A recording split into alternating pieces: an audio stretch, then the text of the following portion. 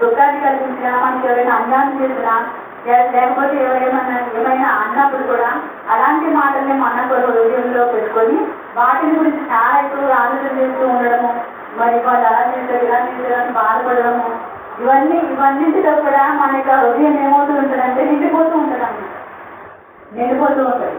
ఆ నిండిన దానిని బట్టి మన యొక్క నోరు మాట్లాడుతూ ఉంటుంది. కాబట్టి ఇక్కడ ఏ విషయాన్ని బట్టి తన యొక్క నోరు నిండింది అంటే కీడు చేయాలి అనేటువంటి ఆలోచన చేత తన యొక్క హృదయం నింపబడిపోయింది. అంటే ఎదురువారు అంటే చూడండి, ఇంట్లో మన యొక్క తోటి సహోదరులు పుట్టినా, లేకపోతే మన అత్యుతముందు అంటే మన తోడబుట్టినటువంటి సహోదరులు కానివ్వండి, సహోదరుడు కానివ్వండి, వారిని బట్టి కూడా చాలా మంది అంటే వాళ్ళలాగా, మా అక్కలాగా, మా చెల్లిలాగా, మా అన్నయ్యలాగా, మా తమ్ముడిలాగా వాళ్ళు చేసే పనులు నాకే మాత్రము నచ్చట్లేదు, వాడు మంచివాడు కాదు, వాడు అలాంటి వాడు ఇలాంటి వాడు అని చెప్పి వాళ్ళ గురించి చాలా చాలా చెడ్డగా చెప్పేటువంటి సహోదరులు కూడా ఉన్నారు కదా.